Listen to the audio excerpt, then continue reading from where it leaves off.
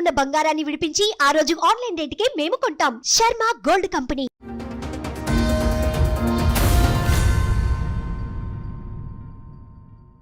నా పేరు జ్ఞానేశ్వరమ్మ, శ్రీరామోజు జ్ఞానేశ్వర్. నేను వచ్చింది చింతల నుండి అమ్మ, హెచ్ఎంటి చింతల్. మా అబ్బాయి అమ్మ. మా అబ్బాయికి మొన్న గత 1 year బ్యాక్ మ్యారేజ్ చేసినట్టమ్మా. October 18th 2024లో మ్యారేజ్ చేసినామమ్మ. అయితే అమ్మాయి ఏం చేసింది, 24 అక్టోబర్ నుండి నవంబర్ డిసెంబర్ 20 తారీఖు 24 తారీఖు వెళ్ళిందమ్మా ఇంటికి. 2 months మా ఇంట్లో ఉన్నది. ఈ 1 month ఏం చేసినాము, టెంపుల్ తిరుగుడు చేసుడు ఇవన్నీ జరిగినాయి. తర్వాత 1 month ఇంట్లోనే ఉన్నారు.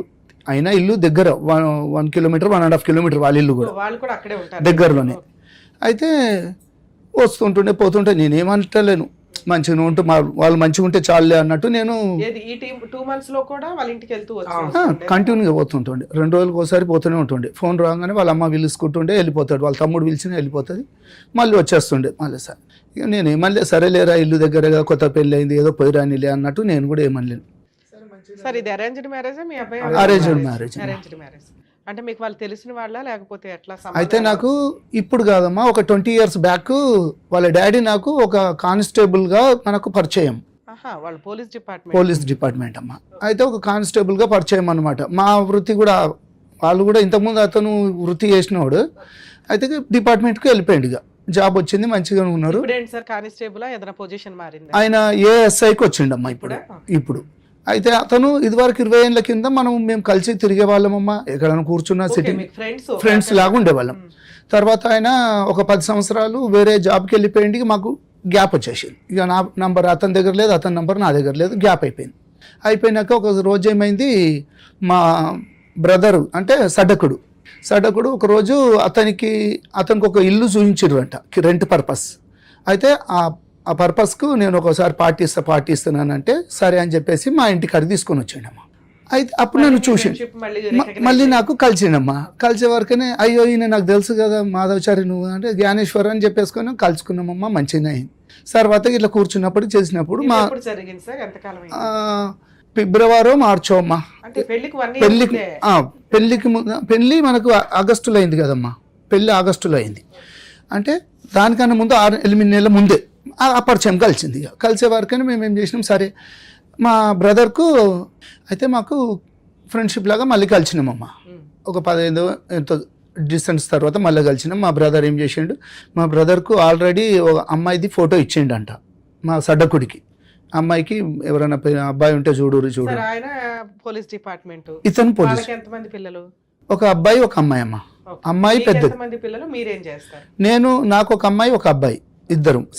ఈ అబ్బాయి అబ్బాయి పెద్దోడు, పాప చిన్నది. ఏం చేస్తారు సార్ మీరు? నేను SAP security ma'am, engineering complete చేసుకున్నాను. ఇప్పుడు ఇంటీరియర్ డిజైనింగ్ చేస్తున్నాను. ఆ అమ్మాయి కూడా జాబ్ చేస్తుంది? తను ఏం జాబ్ లేదు. మీ నాన్నగారు చూపించిన సంబంధం చేసుకోవాలని ఎందుకు అనుకున్నారు? అంటే చిన్నప్పటి ఈ రోజులు ఎవరు మాట్లాడట్లేదు కదా కుర్రాళ్ళు. చిన్నప్పటి నుంచి డాడ్ అంటే ఇష్టం, డాడ్ అంటే భయం. సూపర్. కొడతారా మీ నాన్న? కొడతాడు. బాగా పద్ధతిగా పెంచినట్టున్నారు కొట్టి. అంటే కొంచెం మా విశ్వబ్రహ్మణ్లో అది ఎట్లుంటుందమ్మా, కొంచెం పద్ధతిగా ఉండాలన్నట్టు. సూపర్. అయితే ఈ విధంగా మాకు పరిచయం అయిందమ్మా. పరిచయం అయినాక మాట మాధవచారి నీ బిడ్డది మ్యారేజ్ అన్నావు కదా, ఇక మా తమ్ముని కొడుకు కూడా ఉన్నాడు, ఒకసారి చూడు అని చెప్పేసి అన్నాడు. ఆ రోజు చూసిండు చేసిండు, సరే ఒకసారి మాట్లాడుకున్నాం. ఇక అట్లా కలిసిపోయినామమ్మా. ఇక పిల్ల బాగానే ఉందా, మీకు నచ్చింది అమ్మాయి? చూసారా? మాకు అప్పుడు చూపించలేడు. తర్వాత మళ్ళీ మాకు ఒక వీడియో పెట్టిండు, ఫోటో. ఆమె ఏది టీచర్ జాబ్ లాగా మాట్లాడుతున్నది అనమాట. అయితే ఏం చేస్తారంటే టీచర్ అని చెప్పేసి అన్నారు. టీచర్ అంటే బాబు చదువుకున్నాడు, అమ్మాయి చదువుకున్నారు, చాలు వాళ్ళిద్దరు ఆనందంగా ఉంటే మాకు చాలే. ఇక చూసినాక నేను చూపించారా? మీ అబ్బాయికి నచ్చిందా చూపించిన సార్. ఓకే అన్నారు. ఓకే అన్నారా మీరు? ఆ అమ్మాయి కూడా ఓకే అందా మీ అబ్బాయిని చూసి? అమ్మాయి కూడా ఓకే అన్నారు. అయినాక మనకు ఇక్కడ జరుగుతున్నాయమ్మా, ఇవి మాట్లాడుకుంటున్నాము, మంచిగానే కలుస్తున్నాము. ఈ 6 months 8 months లోపల మాకు ఏమైంది, మంచిగా పరిచయం. ఆయన డే బై డే డ్యూటీ అమ్మా, ఒక రోజు పోతే ఒక రోజు ఉంటాడు. అలా నాకు ప్రతి డే బై డే ఫోన్ చేసేవాడు, కలిసేవాళ్ళము. షాప్ కాడికి వచ్చేవాడు, నాది కార్పెంటర్ పడడానికి షాప్ అమ్మ. షాప్ కాడికి వచ్చేవాడు, ఇంటికి వచ్చేవాడు, బావాదా అనేసి మేము అందరం కలుసుకుంటే ఇద్దరం ఇక కలుసుకుంటే వెళ్ళేటోళ్ళం. ఇక సర్లే, ఇక నేను మంచిగా అనిపించింది. ఒకసారి ఏమన్నాడు, బావా మరి ఏంటి ఏం కథ, మరి అమ్మాయికి కూడా నేను పెళ్లి చేద్దాం అనుకుంటున్నాను, మరి ఏంది ఏం కదా అంటే నేను కూడా బాబుకి పెళ్లి చేయాలనే ఉన్నది బా, మరి ఇక మీరు చూడుర్రి, ఓకే అనుకుంటుంటే మనము మాట్లాడుకుందామని చెప్పేసేసాను. సరే ఇక అయినాక సరే ఒక రోజు ఏం చేసిండు, కొంచెం నాకు ఎమర్జెన్సీ ఉంది, కొంచెం డబ్బులు కావాలన్నాడు. ఏంది బాబా దేని గురించి ఏంది అంటుంటే గోల్డ్ కొంచెం గిరువులో ఉన్నది, అది తీసి మళ్ళీ నీకు ఒక 10 daysలో ఇచ్చేస్తాను అని చెప్పేసి అన్నాడు. అప్పుడే బావా అనుకుంటున్నారా? అనుకున్నాడు. ఎంగేజ్మెంట్ ఏమైనా ఎంగేజ్మెంట్ అవ్వలేదమ్మా, జస్ట్ ఊరికి మాట్లాడుకుంటున్నారు. ఒక ఈ టైంలో మిమ్మల్ని అప్పు అడిగాడా? మాకు ఎట్లా అంటే కలిసిపోతున్నాం ఇక రోజు ఫ్రెండ్షిప్ లో కలవటం వేరు సార్. ఆడపిల్లని మీ ఇంటికి ఇద్దామని అనుకుంటున్నారు, ఆ మాటలు అయినాయా అవ్వలేదు? అప్పటికి ఏది అట్లా అయినాకనే నన్ను బావ అన్నాడు, ఒప్పుకుంటున్నారు మాట్లాడుకుంటున్నారు నీకు ఇద్దాము అన్నప్పుడు జోక్గా భావాన్ని స్టార్ట్ అయ్యింది. ఆ టైంలో మిమ్మల్ని అప్పు అడిగిండమ్మా. అంటే నాకు ఏమన్నాడు అంటే గోల్డ్ కొంచెం అంత గిరువు ఉన్నది, పెళ్లి టైంకి ఇడిపించాలి వస్తుంది, అది నేను పెట్టి మళ్ళీ మళ్ళా పెట్టేసి నీకు ఒక 10 daysలో నీకు రిటర్న్ చేసేస్తాను అన్నాడు. అంటే నేనన్నా అంతగానో డబ్బులు అంటే నా దగ్గర లేవు బావ, అది ఇది అంటే నువ్వు ఎట్లైనా ట్రై చేయి, నీ గురించి నాకు తెలుసు కదా, ఇంతగానో తిరుగుతున్నా చూస్తున్నా, నువ్వు ఒక ప్రొడ్యూసర్ లాగా సినిమా కూడా తీసినావు, అది ఇది అని చెప్పేసి అన్నాడు. సినిమా కూడా తీసారు? ఒక సినిమా కూడా తీసినాం. ఏది సముద్రుడు అమ్మా, సముద్రుడు మూవీ ఒకటి సినిమా తీసినాం, కొత్త హీరో సుమన్ అందులో కొంచెం ఇది ఉంటాడు. అయితే నేను మొత్తం నాకు 4 పార్ట్నర్స్ ఉంటాం అన్నమాట. నేను కొద్దిగా నా షేర్ కొంచెం అంత ఇచ్చినట్టు అట్లా కూడా లాస్ అయిపోయినానమ్మా. అదొక దగ్గర నాకు ఒక 50 లక్షల దాకా లాస్ పోయినా. అయితే ఆ సినిమా ఎప్పుడమ్మా అది 1920లో, అప్పుడు 21లోనేమో మొన్న 24లో రిలీజ్ అయిందమ్మా. అది 24ఏనా రిలీజ్? ఆ టైంలో మూవీని కూడా దొరకపోయి చూపించిన. సో మీరు ప్రొడ్యూసర్ రేంజ్ లో ఉన్నారు కాబట్టి కొంచెం గిట్టుబాటు అవుతుందిలే అనుకున్నాడు ఆయన కూడా. అది ఫైనాన్షియల్ గా మంచిగా ఉన్నాడు. అడిగారండి అప్పు? నాకు ఒక 5 lakhs అడిగిండమ్మా. ఇచ్చారా? 5 lakhs అడిగితే నేనన్నా ఫస్ట్ నా దగ్గర అంత డబ్బు లేదు బావ, నాకు దగ్గర ఒక 2 లక్షలు ఉన్నాయి బ్యాంక్, సినిమాకి పెట్టున్నారు, ఆల్రెడీ పోయింది, అదంతా ఇది అయిపోయింది కదా అంటే నువ్వు ఎట్లా చేసి ఇస్తావు, నాకు ఇది చేస్తావు అంటే నీకు 1 week 10 daysలోనే ఇస్తాను అంటే నేనేం చేసిన మా ఫ్రెండ్స్ వాళ్ళని కనుక్కొనేసేసి నా దగ్గర కొద్దిగా ఉండే అది ఇది చేసేసి ఆయనకు ఒక 5 లక్షలు, నేను ఒక 3 lakhs ఏమో మన బ్యాంకుకి ఇద్దరం పోయి ఉన్న 3 lakhs ఆయనకు ట్రాన్స్ఫర్ చేసిన, మళ్ళీ ఒక 2 లక్షలు క్యాష్ ఇచ్చిన. ఇవి తీసుకొని వెళ్ళి అదే రోజు బ్యాంకుకి వెళ్ళిండమ్మా. అది మా దగ్గరనే ఉంటుంది ఇండియన్ బ్యాంక్. ఆ బ్యాంకులో వెళ్ళిండ్రు, అబ్బాయి వాళ్ళ కొడుకు ఇద్దరు వెళ్ళిర్రు. నన్ను రమ్మన్నాడు, నేను రాను, మీదేముందో లావాదేవీలు ఏముందో చూసుకోరి, నేను కిందనే ఉంటానని చెప్పేసి కింద బయట కూర్చున్నానమ్మా. వాళ్ళు పోయిర్రు, ఒక గంట సేపు ఆడ ఏం జరిగిందో చేసుకున్నారు, వచ్చేసారు. వచ్చినాక మంచిగా కలిసినాం, పోయినాం. ఇక ఎప్పుడైనా ఎమర్జెన్సీ అంటుంటే బావ నాకు ఒక 50,000 ఇక్కడ కొంచెం ప్రాబ్లం. ఎంత ఇచ్చారు ఇప్పటికి? నేను దగ్గర ఒక 5 lakhs కాకుండా ఇంకో 2-3 లక్షల దాకా అవి ఫోన్ పేలలో చేసినాం. ఫోన్ పే పెళ్లికి ముందు పెళ్లి తర్వాత కూడా కంటిన్యూ అయింది? పెళ్లికి ముందు కొన్ని అయినాయమ్మా, 5 lakhs అయినాయి, మళ్ళీ కొన్ని అయినాయమ్మా ఫోన్ పే ద్వారా. కొంత 1 లక్ష అయింది, మళ్ళీ పెళ్లి తర్వాత 1,00,000 అది నాకు డేట్లతో సహా మన ఫోన్ పేలో ఉన్నాయమ్మా.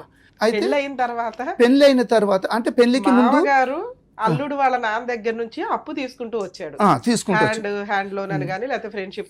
ఇక మంచిగానే మేము ఇద్దరము మంచిగా కూర్చునే వాళ్ళమమ్మా. వాళ్ళ ఇంటికి మేము పోయేవాళ్ళం, మా ఇంటికి మేము కూర్చునేటోళ్ళం, డ్రింక్ వేసేటోళ్ళం, చేసుకునేటోళ్ళం. వాళ్ళ ఇంటికి నేను పోయేటోని కూర్చుని పెట్టేటోళ్ళు, మా ఇంటికి వచ్చేటోళ్ళు, మేము కూర్చుని పెట్టేటోని. ఇట్లా మాకు ఇద్దరికి ఈ పరిచయాలు అయిపోయినాక ఇట్లా ఇచ్చుకుంటూ చేసిన. ఇక మళ్ళీ బొట్టు ఫంక్షన్ ఒకటి పెట్టుకున్నామమ్మా. బొట్టు ఫంక్షన్ పెట్టుకుంటే మేము ఏం చేసినాము, అమ్మాయికి ఒక రింగ్ ఇచ్చినాం. అయితే వాళ్ళు ఈవినింగ్ మా దగ్గరకు వచ్చేసి మీకు కూడా బొట్టు ఫంక్షన్, మేము కూడా మా అబ్బాయి అనుకున్నాను అంటే బావ నా దగ్గర డబ్బులు లేవు, ఒక 30,000 అని చెప్పేసి అంటే నేను ఇమ్మీడియట్లీ అప్పుడు సాయంకాలం కొట్టేసిన. అదే రోజు 30,000 అంటే 30,000 ఇచ్చేసి ఆ 30,000 ఇచ్చినాక ఏం చేసిండమ్మా, అందులోకి వెళ్ళి తెచ్చిండ. ఇక నాకేం తెలియదు, నాకు డబ్బులు లేవా, రింగ్ తెచ్చుకోవడానికి కూడా లేదు, మీరు రింగ్ పెట్టిర్రు, నేను కూడా పెట్టాను. మీరు ఎందుకు ఆ సంబంధం చేసుకోవాలనుకున్నారు? ఆడపిల్లలు దొరకట్లేదా లేకపోతే ఏంటి? మీరు ఫైనాన్షియల్ ఉన్నంతలో బాగున్నారు. ఒక ఆడపిల్లని ఇచ్చే వాళ్ళ తండ్రి ఇలా అప్పులు అడుగుతున్నాడు అంటే ఇదేదో తేడా కొడుతుంది. పైగా రేపటి రోజున డిపార్ట్మెంట్ నేను ఎటు చుట్టూ తిరగాలని మీకు ఆ రోజు ఏమి నాకు అది అనిపించలేదమ్మా. ఈయన ఒక డిపార్ట్మెంట్, నాకు జర కొంచెం ఏదైనా ఇబ్బంది పడినా చేసినా కానీ జర మా ఎంపుడు అని అంటే కొంచెం బయట కొంచెం పవర్గా ఉంటుంది అన్నట్టు నేను ఆలోచనలో పోయినా కానీ ఇస్తానంటున్నాడు. ఈ 5 లక్షల అమౌంట్ తీసుకున్నప్పుడు, ఈ 5 లక్షలు తీసుకుంటున్నప్పుడు నాకు చెక్స్ ఇస్తానాడమ్మా. చెక్స్ ఇస్తానంటే సరేలే బావ, నేను వేరేటోళ్ళ దగ్గర ఒక 2 లక్షలు తీసుకుంటున్నా, 3 లక్షలు వెళ్ళి ఇస్తున్నా, సరే నీకు అవసరం అంటే ఇద్దరు లేదు, చెక్స్ కూడా తీసుకోలేనమ్మా. వద్దని చెప్పినా నేను, ఇక ఈ పిల్లనే ఇస్తున్నావు బావా, నాకు ఇక చెక్కులతో నాకేం పని ఉంటుంది అని చెప్పేసి చెక్కులు కూడా వద్దన్నా. పిల్లని ఇస్తున్నావు బాబా, చెక్కులు వద్దు కాదు, ఇయ్యం పిల్లాడిని ఇస్తున్నాను బాబా, చెక్కులు ఏమన్నా ఇవ్వ అని అడగాలి. ఇక్కడ ఇస్తున్నది పిల్లాడిని అండి, మనం కాపాడుకోవాల్సిన పరిస్థితులు ఇప్పుడు పిల్లల మగపిల్లల విషయంలో ఇలా జరుగుతుందని నాకు తెలియదమ్మా. 1-2-3 పంచాయతీలకు దోలకపోయినుండే ఈయన మంచిగానే మాట్లాడుతుండే, ఏదన్నా ఉంటే ఇగో ఇది ఇది అని చెప్పేసి అంటే నాకు కూడా మంచిగా అనిపించింది. ఆడవాళ్ళకి తప్పు ఉంటే ఆడవాళ్ళకు చెప్తున్నాడు, మగవాళ్ళకి తప్పు ఉంటే మగవాళ్ళు అరే ఏదైనా మంచిగానే చెప్తున్నాడు కదా, న్యాయంగానే మాట్లాడుతున్నాడు అన్నట్టు నేను ఏం వద్దు అన్నారు. ఇది నేను వద్దన్నానమ్మా.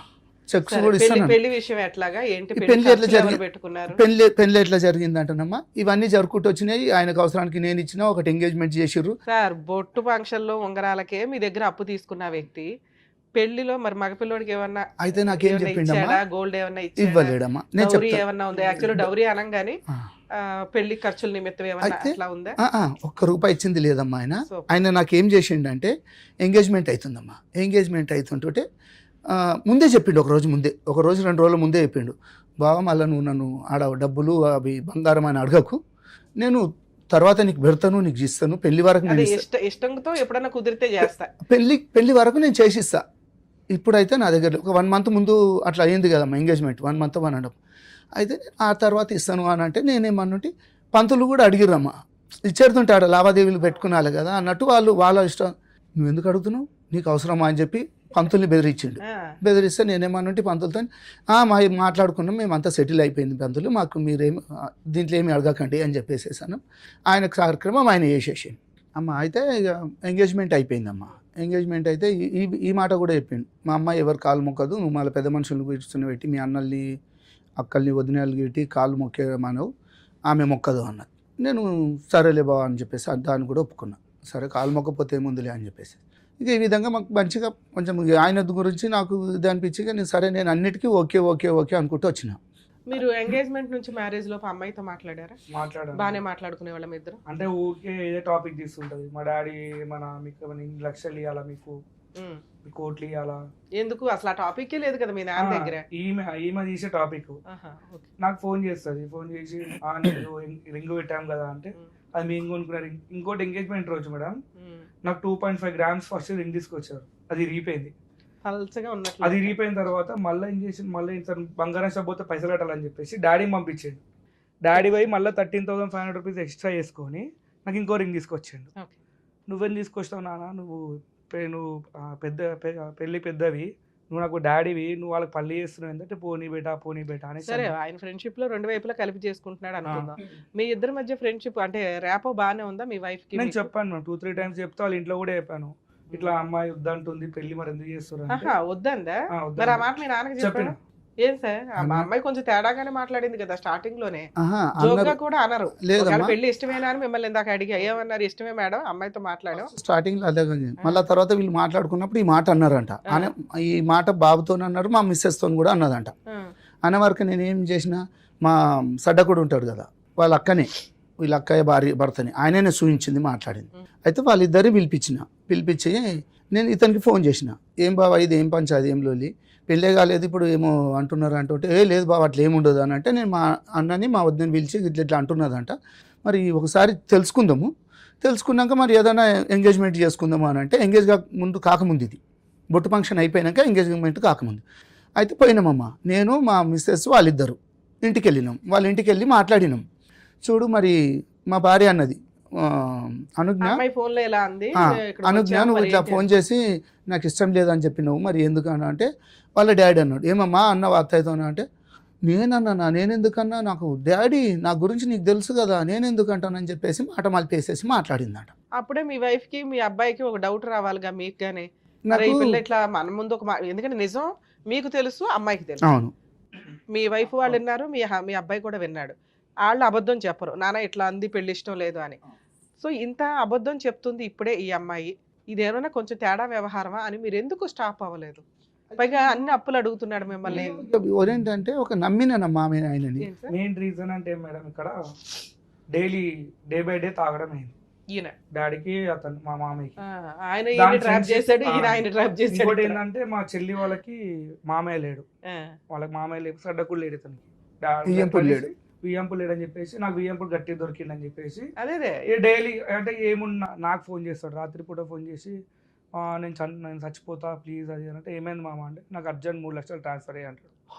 నేను ఏడికి వెళ్తే వాళ్ళ మామ 3 లక్షలు నువ్వు జాబ్ చేసిన పైసలను సంపాదిస్తున్నావు అంటే నా పెళ్లి ఖర్చులు నేను గ్రాండ్గా వేసుకున్నాను మామ అంటే నాకు వచ్చి ఇట్లా ముద్దులు పెట్టిండు, అల్లుడు నువ్వు సూపర్ అల్లుడు అది అనేసి. ఎందుకు మామ నేను పోలీస్ అని ఒక ఫంక్షన్కి వెళ్ళండి మేడం సత్యగౌరి అనేసి. వెళ్ళిన తర్వాత 2,80,000 ఫైనల్ అని చెప్పిండు అమౌంట్. వాళ్ళు ఏం చేసారు ఇట్లనే అల్లుడు ప్లీజ్ రిక్వెస్ట్ చేస్తున్నారు ఆగండి మామనే అంటే మీ నాన్నకి తెలిసి నీ దగ్గర డబ్బులు అడుగుతాడా తెలియకుండా మీ దగ్గర మీ ఏటీఎం కార్డు ఆయన దగ్గర ఆయన ఏటీఎం కార్డు నాకు ఇట్లా ఫోన్ చేసుకుంటా కూర్చొని ఇట్లా మాట్లాడు ఫంక్షన్ అంటే నేను అటు ఇటు కొద్దిగా ఇన్ఫ్లుయెన్స్ వాడుకొని 1.5 lakhsకి ఫంక్షన్ హాల్ ఫైల్ చేసిన. అబ్బా బంగారం అల్లుడు నువ్వు ఒక ఫోన్ చేయాలి. ఇప్పుడు మీ నాన్న ఉద్దేశం ఏంటో తెలుసా, మీ మామగారు డిపార్ట్మెంట్ ఎక్కడికి వెళ్ళినా ఇలా వెళ్ళి నుంచోవచ్చు, ఫంక్షన్ హాల్ డబ్బులు కూడా తగ్గుతాయి అందులో కానీ ఆయన వెళ్ళి రికమెండ్ చేసుకున్న దానికంటే కూడా మీరు వెళ్ళి రికమెండ్ చేసుకుని తక్కువ చేశారు. నేను రికమెండ్ కూడా చేయలేము, ఓనర్కి వెళ్ళేసి నాకు డైరెక్ట్ మాట్లాడడం వల్ల డైరెక్ట్ ఓనర్కి కాల్ చేసిన, అన్న అది నా పెళ్ళి అన్న అంటే అయ్యా తమ్ముడు నీ పెళ్ళ సరే 1.5 lakh ఇచ్చేసాను లాస్ట్ అనేసి. ఓ అల్లుడు నువ్వు సూపర్ అల్లుడు నీ కాలు మొక్కేస్తాయి అని వచ్చిండు, ఇంటికి వచ్చిండు బావా నీ కొడుకు సూపర్ అది అని చెప్పాడు. నెంబర్ ఆఫ్ మళ్ళీ బాటిల్ పట్టుకున్నాడు మళ్ళీ స్టార్ట్ మళ్ళీ దిగ్విజయంగా అయిపోయిన తర్వాత కొన్ని రోజులకి ఇట్లా అన్న డాడీ జర తేడా కొడుతారు. ఇంకోటి ఏంటంటే అదే పెళ్లి మండపంలో నాకు కాలర్ పెట్టి గుంజేసిండు, ఏమైంది లేట్ వచ్చినావు అనేసి. నాకు వద్దు నాన్న పెళ్లి మండపంలో నేను ఏడ్చిన వెళ్ళిపోదాం పెళ్లి రోజు కూడా పెళ్లి రోజు ఇట్లా గుంజేసిండు మ్యామ్. ఎందుకు అప్పటిదాకా యాక్చువల్లీ ముహూర్తం ఏమో level 55కి ఉంది, ఇట్లా వాళ్ళ ఇంటికి వచ్చి నాకు ఇలా ఆరతి పెట్టి తీసుకెళ్ళాలి కదా, నాకు లేవు అట్లా నాకు పద్ధతి లేవు, రమ్మన్నప్పుడు రావాలి టైంకి అంటే అదేంది అని చెప్పేసి అంటే నన్ను వేరే కార్లో పంపించారు. మీరంతా ఒకే వైపుగా ట్రెడిషన్ ఆ ఏరియాలో ఎలా ఉంటుంది మీ క్యాస్ట్ లో ఎలా ఉంటుందో అలా ఫాలో అవ్వాలి కదా, మీకుండి వాళ్ళకి లేకపోవడం ఏంటి? వీళ్ళు ఇట్లా చెప్తారు. అయితే నేను ఒక కార్లో వచ్చేసిన, డాడీ వాళ్ళు ఇంకా కారు ఉంటే నేను ఏమన్నా ఆగండి మామ మా డాడీ వాళ్ళు ఇష్టంగా నేను లోపలికి వస్తా అంటే మీ డాడీ వాళ్ళు దాన్ని గుంజేసిండు. గుంజగానే నేను ఏడ్చిన పెళ్లి మండపం నాకు వద్దు నాన్న నాకు భయం అవుతుంది నేను చేసుకోను అని అంటే మమ్మీ డాడీ ఫుల్ ఏడ్చినాం ఇద్దరం. ఇక డాడీ ఏం చేసిండు లేదు తప్పదు అని ఫటాఫట్ పెళ్లి మండపంలో చేపించేసాడు.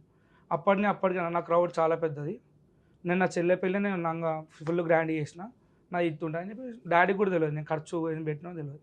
భరత్ ఇవన్నీ చాలా పెట్టారు మీరు. నేను ఓవరాల్ నాకు ఖర్చు 8 lakhs వచ్చింది మేడం నాది. అంటే నాకు వీడియోస్ ఉన్నాయి మీకు ఇచ్చి పెడతా.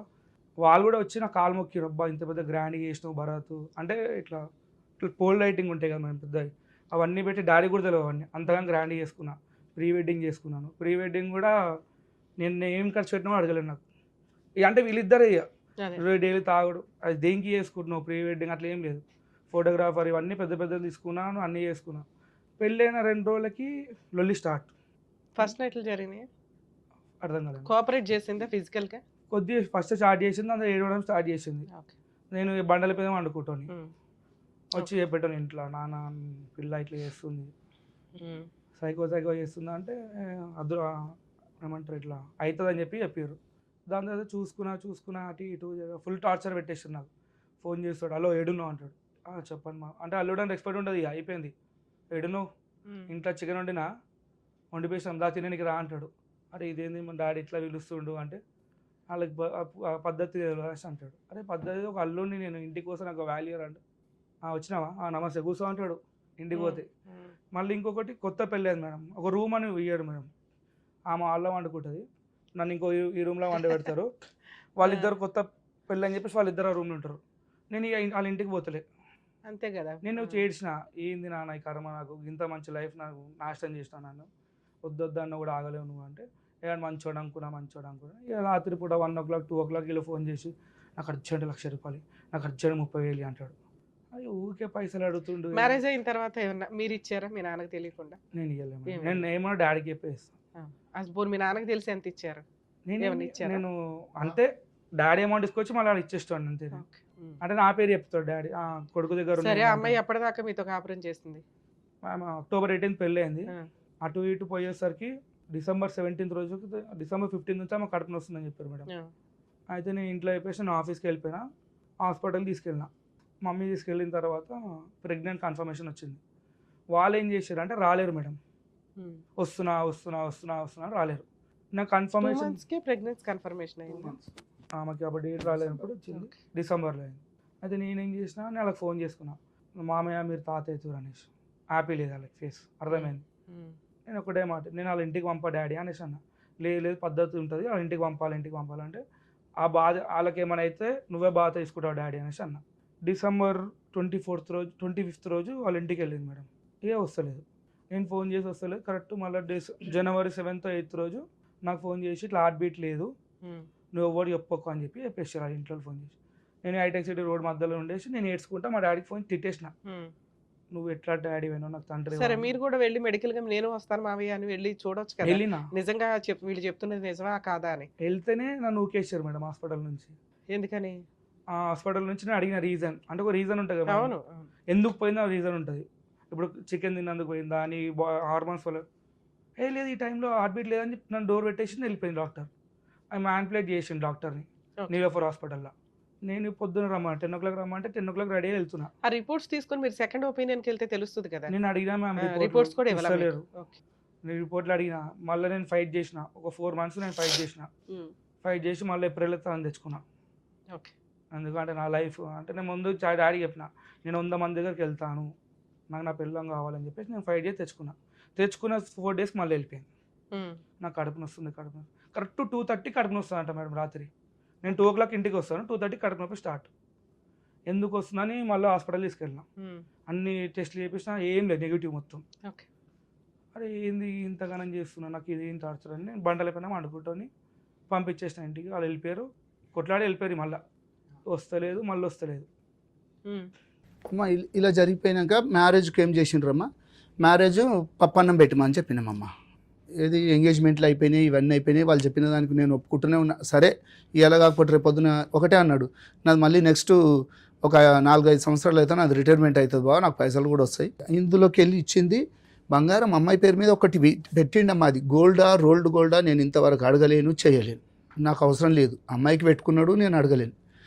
సరే ల్యాండ్ ఇస్తాను అన్నాడు కదమ్మా. నేను పెళ్ళి కాక ముందు నుండి నేను అడుగుతున్నా, బావ ఒకసారి ల్యాండ్ చూసి వద్దాం అమీన్పూర్లో ఉన్నది అన్నాడమ్మా. అయితే ఆ ఆడ ల్యాండ్ లేదమ్మా, డాక్యుమెంట్స్ ఉన్నాయి కానీ ల్యాండ్ లేదు. అయితే ఇది ఎప్పుడో కొనుక్కున్నారంట వాళ్ళకు, ఈ రియల్ ఎస్టేట్స్ వాళ్ళు వాళ్ళకు డబ్బులు ఇవ్వకపోతే మళ్ళీ వాళ్ళే ఆప్కో చేసుకొని అదంతా అడగడం వల్ల వాళ్ళు ఏమైనా అలిగి గొడవ పడ్డారు. అది నేనేమన్నుంటి. అయితే ఏంది బావ ఇక్కడ జాగలేదు ఏం లేదు, మొత్తం బాండరీలు కట్టేసుకోరు. బాండరీ కట్టుకున్నాడు. నేను లోపల పోనీకి ఒక గేట్లోకి వెళ్ళి పోయినాం. 2వ గేట్ ఉన్నది ఇంకో లోపల. ఆ గేట్ లోపల కార్ పెట్టుకున్నాము, పోయి తిరుగుతే దీన్ని ఎన్నుకుంటుంది బావ, ఆడున్నది బావ, ఏడున్నది బావ అంటే, ఏడున్నది బావ జాగా అనేది ఎక్కడ కనీసం లేదా అని అంటే, ఇంకొక దగ్గరికి వెళ్ళి వస్తుంది. ఏది లేదు బావ, ఇదంతా ఆయనకు డబ్బులు ఇవ్వని పక్షంలో ఇదంతా పోయిందంటే, నేను ఆల్రెడీ ఇక్కడ ఊరోళ్ళని కూడా కనుక్కునే వారికని ఇట్లా జరిగింది అన్నాడు. సరే వారికని మీరు పెళ్లిలో ఏమన్నారంటే, ఏం పెట్టుకుంటావు బావా, అమ్మాయికి పెట్టుకో, మాకేం అవసరం లేదు, నాకు వద్దు, పిల్లకి ఒక ల్యాండ్ ఉంది అది పెడతాము, గోల్డ్ పెట్టుకుంటాం. గోల్డ్ ఏం పెట్టారో కూడా మీకు తినగా తెలియదు, ఎందుకంటే ఆ పెళ్లిలో మీతో ఏదో చూపించలేడు కూడా నాకేం. ఆ ల్యాండ్ ఏదైతే ఉందో వీళ్ళ దగ్గర డాక్యుమెంట్లు ఉన్నాయి తప్ప అటువంటి పొజిషన్ గానీ కడీలు వేసి గానీ లేకపోతే ఏమి గానీ అక్కడ ఏమీ లేదు. అది కూడా ఫేక్. ఇది ఈ ల్యాండ్ ఇప్పుడు చూపిస్తున్న ల్యాండ్ లేదు కదమ్మా, దాని డాక్యుమెంట్స్ కూడా నాకు పంపించిండు. దాన్ని ఏం చేసిండు, నీ పేరు మీద రిజిస్ట్రేషన్ చేస్తా, నువ్వేం చేస్తావు, నేను డాక్యుమెంట్లు మాత్రమే ఉన్నాయి, అక్కడ స్థలం లేదు, దాన్ని పెట్టి నా ఈ ఎవిడెన్స్లు అడిగిండమ్మా. నీ పాన్ కార్డు నీది అవి ఉంటే ఐటీలు ఉంటాయి, నువ్వు కడుతుంటుంటావు బాబా, నాకు అవి ఇచ్చేసాయి, నేను బ్యాంకులో నేను లోన్ తీసుకుంటాను అన్నాడు. అయితే నేనేమన్నుంటి, ల్యాండ్ నాకు నా పేరు మీద లేనిది నేను ఎట్లా నీకు బ్యాంక్ నా పాన్ కార్డు అవన్నీ పెట్టమంటే నేను పెట్టలేను. ఒక వారం రోజులు ఫేక్ అవుతుంది కదా సార్. రేపు రోజున లోన్ ఎట్లా ఇస్తారండి, పొజిషన్ చూసి ఇస్తారు, అక్కడ పొజిషనే లేదు, ఆయన ఇన్ఫ్లుయెన్స్ వాడుకొని తెచ్చుకుంటాను అనుకున్నాడు. ఒకవేళ మేనేజ్ చేస్తే ఏమయ్యేదో తెలుసా, మిమ్మల్ని లోపల నన్ను వేస్తారు, అది నాకు తెలిసిపోయింది. నేనేమన్నుంటి, నేను పెట్టలేను. అయితే ఒక 1 week తర్వాత మళ్ళీ ఏమన్నాడు, బావా నువ్వు నాకు హుషారు చూపించినావు, నాకు పేపర్లు పెట్టమంటే పెడతలేవు అంటే, నేనన్నా బావా పేపర్లు పెట్టినంత మాత్రమే కాదు, ఆడ ల్యాండ్ లేదు ఏం లేదు, నేను మ్యారేజ్ అయినాక 1 month లోపల నేనమ్మా ఇవన్నీ. అయితే అప్పుడు ఏం చేసిండు, నీ పేరు మీద రిజిస్ట్రేషన్ చేసేస్తా, అప్పుడు నీ పేరు మీద లోన్ తీసుకొనేసి మళ్ళీ నాకు ఇద్దు అన్నాడు. నేనన్నా నాకు ఇటువంటివి వద్దు, ఒక బ్యాంక్ మామూలుగా లోన్లు ఇప్పిస్తోతో కూడా మాట్లాడినామమ్మ. ఈ డాక్యుమెంట్ ఉత్తయి పంపించేసి ఇట్లా 20 లక్షలు కావాలి ఇది అని అంటుంటే, సార్ అది ల్యాండ్లు చూస్తారు, వాళ్ళు అవన్నీ ఎంక్వైరీ చేసుకున్నాకనే మీకు ఏదైనా ల్యాండ్కు అమౌంట్ సరే, ఓకే సార్, అదేదో చేయబోయాడు, మీరు కొంచెం తప్పించుకున్నారు తప్పించేసుకున్నాను. అంటే ఇప్పుడు ఒక ప్రాపర్టీ పిల్లకి పెడతాము అని అన్నారు, అటువంటి ప్రాపర్టీయే లేదు, ఇది కొంచెం తేడాగా ఉందని మీరు ఏమన్నా అడిగారా? నేను ఏంటి లేని ప్రాపర్టీ పెడతానని నేను అది కూడా అడగలేనమ్మా, అది కూడా ఆ అడగలేను. పాయింట్ వల్ల వీళ్ళ కాపురం ఏమైనా స్పాయిల్ అయిందా? దాన్ని అడగలేనమ్మా. ఏప్రిల్ లో మళ్ళీ ఏదో బతులు అడుకొని తెచ్చుకున్నాడు మీ అబ్బాయి. తెచ్చుకున్నాడమ్మా. ఓ 4 days కే వెళ్ళిపోయింది. ఆ, మరి అప్పటి నుంచి 1 week ఇప్పటిదాకా ఏం 1 పని week చేయలేదు. 5 days 1 week లో వెళ్ళిపోయింది. ఏప్రిల్ నుంచి మనం ఇప్పుడు డిసెంబర్ కు వచ్చాం. ఈ ఇంత టైంలో ఏమైనా పెద్ద మనుషులు పంచాయతీలు గానీ పెట్టినామమ్మా. ఎందుకు రాను అని రీజన్ గానీ ఏమైనా నేను చెప్పి చెప్తాను. చెప్పండి. ఇక్కడ ఏప్రిల్ అయిపోయిన తర్వాత మా డాక్టర్ తీసుకొచ్చింది డాక్యుమెంట్స్ అవన్నీ. దాంట్లో లోన్ పేపర్ నాకు దొరికినాయి. ఓ, తిన పేరు మీద 12 lakhs లోన్ తీసుకున్నారు. ఏది ఈ ల్యాండ్ పెట్టేసి ల్యాండ్ కాదు, పర్సనల్ లోన్. ఓకే. వాళ్ళ తమ్ముడు అంటే కొద్దిగా ఈవిడ జాబ్ చేస్తుందా? జాబ్ ఏం చేయదు, వాళ్ళ తమ్ముడు కొద్దిగా ఫ్రాడ్ మేడం. అంటే ఆమెకి ఒక 6 months 1 year నుంచి శాలరీ ఇస్తారు ఆమెకి ఒక కంపెనీ రొటేషన్ చేసుకుంటే ఫేక్ ఫేక్ డాక్యుమెంట్ నుంచి లోన్ అతనికి శాలరీ ఇస్తుంది తనకి. నేను అప్పటికి తన ఫోన్ పట్టుకొని నేను పట్టుకోలేను, నా ఫోన్ చెక్ చేస్తుంది, ఏమేమో చూస్తుంటుంది. నేను అంటే నాకు ఏం లేదు, ఫుల్ ఫ్రీ అనేసి నేను పట్టించుకోడు. దాని తర్వాత లోన్ ఎందుకు తీసుకున్నావు అని అడిగా. నువ్వు ఎవడు రా అంటున్నాను ఫోన్ చేసి. నువ్వు ఎవడు రా అంటే మామ ఒక నేను హస్బెండ్ని, నాకు తెలియకుండా నువ్వు ఎవరు లోన్ తీసుకొని నేను తిట్టేసినాను. తిట్టాను. వాళ్ళ తమ్ముడు ఇన్స్టాల్మెంట్లు ఎవరు కడుతున్నారు? వాళ్ళే కడుతున్నారు. వాళ్ళ తమ్ముడు ఫోన్ చేసి నువ్వు ఎవడు బా నువ్వు కడుతున్నావు మా అక్క మీద లోన్ అంటే, అరే దొంగలకి ఎందుకు తీసుకోర్రా ఫ్రాడ్, ఒక హస్బెండ్ తెలియకుండా ఎట్లా తీసుకుంటావు అని అడిగా. అంటే నువ్వు ఎవడివే అని తిట్టింది. నువ్వు ఎవడరా నేను రాసి తిట్టేసిన. నేను ఆ మూమెంట్లో ఏమైపోయిందంటే ఈ స్పాన్లో నాకు కొద్దిగా ఉండలేదు, వైఫ్ ఉండలేదు అని ఇంట్లో అందరు ప్రెషర్తో నేను కొద్దిగా డ్రింక్ ఎక్కువ అయిపోయింది నాకు, అంటే మెంటల్ ప్రెషర్కి. ఆ డ్రింక్లో ఏమైపోయింది, వాళ్ళకు నన్ను తిట్టడం చేసడం స్టార్ట్ చేసి. రికార్డ్ చేసుకున్నారా మీరు తిట్టేవన్నీ? అది కూడా డాడీది ఉండే రికార్డింగ్ మొత్తం. ఇది సంసారం పంపియవా, ఒక 1 month గురించి మేము పెళ్లి చేసినామా అని ఫుల్ తిట్టుకున్నాం. ఇక రాదు మేడం, నేను ఫోన్ చేసి అడుగుతా ఎందుకు రావు. ఒక ఫంక్షన్కి వెళ్తుంది, వాళ్ళ బెస్ట్ ఫ్రెండ్ ఫంక్షన్కి వెళ్ళి గలీజా రెడీ అయిపోయింది. నీకు ఓపిక లేదు అన్నప్పుడు నువ్వు అరౌండ్ 50 kilometers ట్రావెల్ చేసినావు, అప్పుడు నీకు కడుపు నొప్పి రాలేదా అని అడిగిన. మళ్ళీ అక్కడనే 1 day స్టే చేసి ఇదంతా ఏప్రిల్ తర్వాత. ఎందుకు పోయినావు, నీకు కడుపు నొస్తుంది. పెద్ద మనుషుల పంచాయతీలు ఎప్పుడు జరిగినాయి సార్? 2 times అయింది. ఎప్పుడు? ఇంట్లో అయింది, దాని తర్వాత మా గుడిలో అయింది మేడం. లాస్ట్ గా జరిగి ఎంతకాలం అయింది? అరౌండ్ ఒక 4-5 months అవుతుంది. 4-5 months లో ఆ రోజు ఏం జరిగింది? రీజన్ ఏం లేదు, నాకు వద్దు. వద్దు అంటే ఒక మగపిల్లని పెళ్లి చేసుకొని బాగా అకౌంట్ లో డబ్బులు తీసేసుకొని వద్దు అనడానికి రీజన్ అంటే మీరు డౌరీ హెరాస్మెంట్ చేశారా, ఫిజికల్ హెరాస్మెంట్ చేశారా, బూతులు తిట్టారా, ఇంకా కట్నాలు తెమ్మని హెరాస్ చేశారా? వీటిలో ఏదో ఇక్కడ కాన్సెప్ట్ ఏంటంటే నేనంట వాళ్ళకి ఫోన్ చేసి నేను వాళ్ళకి ఏమన్నా అంటే, మామ ఊకే అమ్మాయి వస్తలేదు నా ఇంటికి, నాకు ఇల్లు ఇప్పాను మామ, నేను మీతో ఇల్లు రికమ్ వచ్చేస్తా అని చెప్పి చెప్పేసిన. ఆ మాటను పట్టుకొని ఏం చేశారు అంటే వీళ్ళు ఇల్లు అడుగుతున్నారా, వీళ్ళ మా డాడీ రిటైర్మెంట్ పైసలకి వీళ్ళ అడుగుతున్నాడు అని చెప్పి చెప్పాను. నేను ఆ అన్న మాట ఎందుకంటే అయినా 1 yearలో తిప్పి కొడతాం 1 month ఉంది మేడం, నేను ఇక్కడ ఉండాలి. ఇప్పుడు నేను 4 గోడలు అయితే ఉండలేను. ఒకప్పుడు సింగిల్ అంటే నేను బతికేటోని, నా బయట 100 మంది అడుగుతున్నారు ఏది మేంద్రా, మా చెల్లి ఏది, మా వదిన ఏది, మా పిన్ని ఏది, మా అత్త ఏది అంటే ఏం చెప్పుకోవాలి. ఆ విషయంలో నేను ఉన్నా. దాని తర్వాత ఈమె ఏం చేసింది, నీ చైన్ బాగుందని చెప్పి చైన్ మెడలకి వెళ్ళి చైన్ తీసుకొని మా మెడలు వేసుకుంది. ఏమండి ఇలా రింగు పెట్టుకోవాలా అంటే, సరే పెట్టుకో, నీకు సైజ్ సరిపోదా అంటే, నాకు ఈ బొటనవేలుకి వస్తా అనేసి నా ఎంగేజ్మెంట్ రింగ్ ఆమె పెట్టుకుంది. ఎందుకు పెట్టుకుంటున్నావు ఇవన్నీ అంటే, తెల్లారి కథం వెళ్ళిపోయింది మేడం. అరౌండ్ డేస్కి వెళ్ళిపోయింది. వెళ్ళిపోయిన తర్వాత ఏమంటారు, నేను ఫోన్ చేసిన నా తీసుకుపోయినామంటే మా డాడీ పెట్టినా అంటది. అరే మీ డాడీ ఎందుకు పెట్టింది, మా పైసలు అవి నేను కొనుక్కుని, నువ్వు నా బంగారం తీసుకొని నువ్వు అన్నిట్లో నాశనం చేస్తున్నావు ఏందని నాకు మా డాడీ ఫుల్ క్లాసెస్ అని. ఇద్దరు తెరువైన బకరాలు కూర్చున్నారు నా ముందు. ఇద్దరం కొట్టుకున్నాం, తిట్టుకున్నాం, చేసుకున్నాం. డాడీ ఇంత మోసం చేస్తున్నావు, నువ్వు ఇంతగానం ఏం చేసినావు అంటే ఇన్లేడు. ఫైనల్ గా ఏంటి సార్ ఇక్కడ దాకా రావడానికి రీజన్? మ్యామ్ అది ఏంటంటే మ్యామ్, నాకు మా పైన ఇష్టమైన FIR రాశారు మేడం. కేసు రిజిస్టర్ అయింది. ఎప్పుడు ఎక్కడ? జీడిమెట్ల PS లో రిజిస్టర్ అయింది. మా కౌన్సిలింగ్ కూడా అయింది మేడం. మాకు ఇద్దరు కౌన్సిలింగ్ అవుతుంది. అరే ఆగునా, మా ఇద్దరు కౌన్సిలింగ్ అయింది. అమ్మాయి రీజన్ చెప్తలేదు ఎందుకు వద్దు మీ హస్బెండ్ అంటే. ఇద్దరు టూ టైమ్స్ కౌన్సిలింగ్, 2 times కూడా నాకు వద్దు అని చెప్తున్నా కానీ రీజన్ చెప్తలేదు పర్టికులర్. నేను చెప్పేసినాను వస్తే నేను సంసారం చేసుకుంటా, అది మీ ఇష్టం అని చెప్పేసి నేను వచ్చేసిన బయటికి. అయితే దాని తర్వాత అక్కడ 2-3 కౌన్సిలింగ్స్ జరుగుతాయి. ఏమంది కౌన్సిలింగ్ లో ఏం చెప్పట్లా? కౌన్సిలింగ్ పెట్టారు కేటు? నా పేరు మీద, మమ్మీ పేరు మీద, డాడీ పేరు మీద, చెల్లి పేరు మీద. అన్మ్యారీడ్ అమ్మాయి పేరు మీద. చెల్లి పేరు మీద ఎందుకు పెట్టారంటే, మీ సిస్టర్ మ్యారేజ్ అయింది, తనకు బాబు. ఎక్కడ ఉంటది? బోరబండ. మీకంటే ముందు మ్యారేజ్ అయిందా? నాకంటే ముందు 4 years అవుతుందమ్మా. 22 అయింది.